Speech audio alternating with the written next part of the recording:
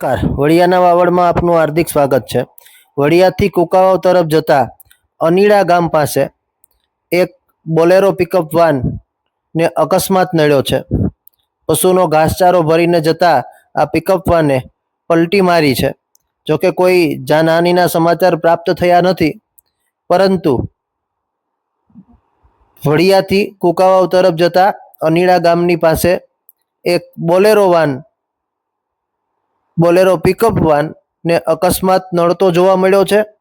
Bolero pickup van પશુનો ઘાસચારો ભરી અને જતો હતો ત્યારે તેમને અકસ્માત નડ્યો છે અને બોલેરો વાને પલટી મારતા રોડ ઉપર તે ઢસડાઈ પડ્યો હતો, પરંતુ કોઈ જાનહાનિના સમાચાર પ્રાપ્ત થયા નથી।